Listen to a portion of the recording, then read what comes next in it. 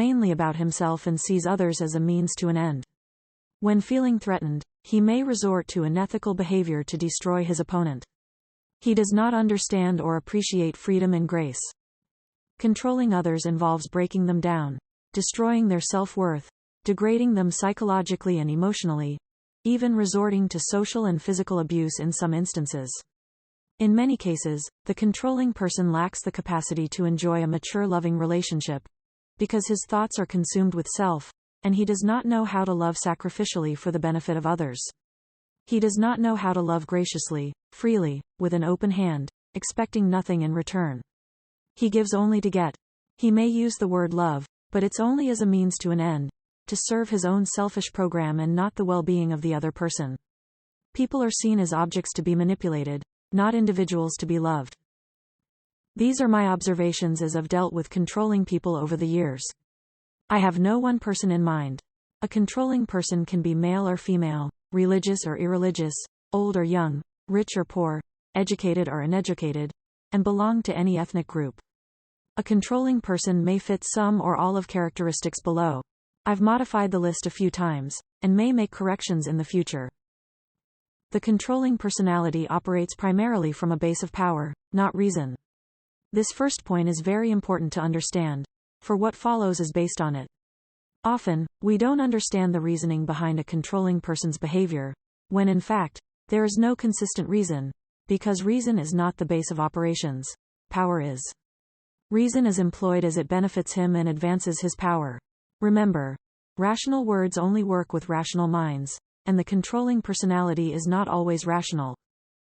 A controlling person often likes a position of authority, politician, professor, doctor, CEO, pastor, etc. Being in control of others makes him feel important, powerful and secure. Authority is legitimate, but arrogant people abuse their authority and hurt the innocent. The problem with arrogant people is that they rarely see their own faults, but only the faults of others. Their hubris prevents them from being open to genuine discussion about change. A humble person does not abuse his position of authority, but sees himself as a servant leader, open to discussion, correction, and willingly makes sacrifices for others. Phil 2, 3-4.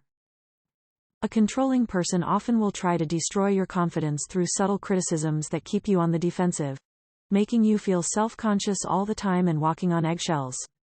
The gradual chipping away at your self-esteem leaves you deflated, feeling insignificant, and eventually makes you feel like you have no value at all.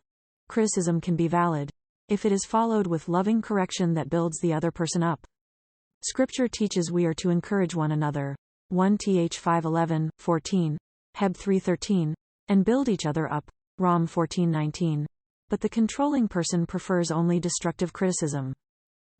A controlling person will sometimes recruit others to help coerce or control you. Sometimes other people are unsuspecting participants and may not know they are being used to cause harm. 1.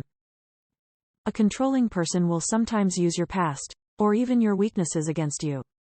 This is unfortunate, because in any relationship there must be trust, and this means sharing things about your past and perhaps areas where you may struggle. The controlling person will exploit these areas to his own advantage, either to keep you in his grip, or to assassinate your character with others. A controlling person will often refuse to allow you to leave the relationship, demanding you conform to his way of doing things. There's often no grace or freedom to think or act on your own. His personality leaves little room for your personality.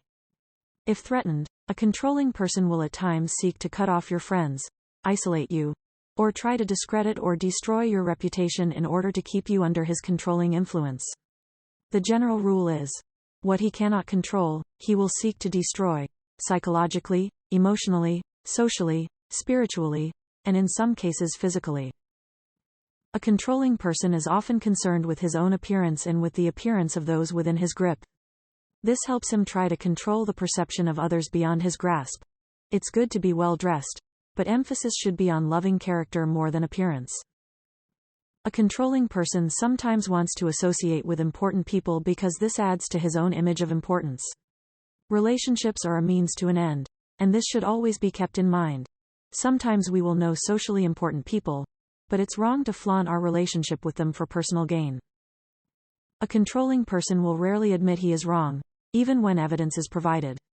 This is important because arguing becomes an exercise in futility and frustration. A humble man will readily admit his faults and be open to loving correction. A controlling person rarely changes, since this requires humility. So it's better to quietly leave the relationship if possible, especially if you're in danger of harm. When leaving a controlling relationship, don't worry about explaining yourself, as he will most likely not understand your words or actions. He will not be happy with your choice, but he's not happy anyway, so you might as well be free from the controlling influence and seek a more mature relationship. Those who have suffered prolonged exposure to a controlling person can lose self-confidence and personal joy, unless they learn and develop strong coping skills. If good coping skills are developed, those who have suffered can grow and become better rather than bitter. The pursuit of God, wisdom, and good friends can lead to healing, but this takes time. If possible, it's best to avoid the controlling person altogether. However, don't be rude if, when you encounter him. The Apostle Paul said, "Never pay back evil for evil to anyone. Respect what is right in the sight of all men. If possible, so far as it depends on you, be at peace with all men." Rom 12:17-18. Be the better person. Treat him with grace and love, even though he does not show it to you. Seek to grow and be more than what he is to you. For coping skills, please see the related articles below. Dr. Stephen R. Cook.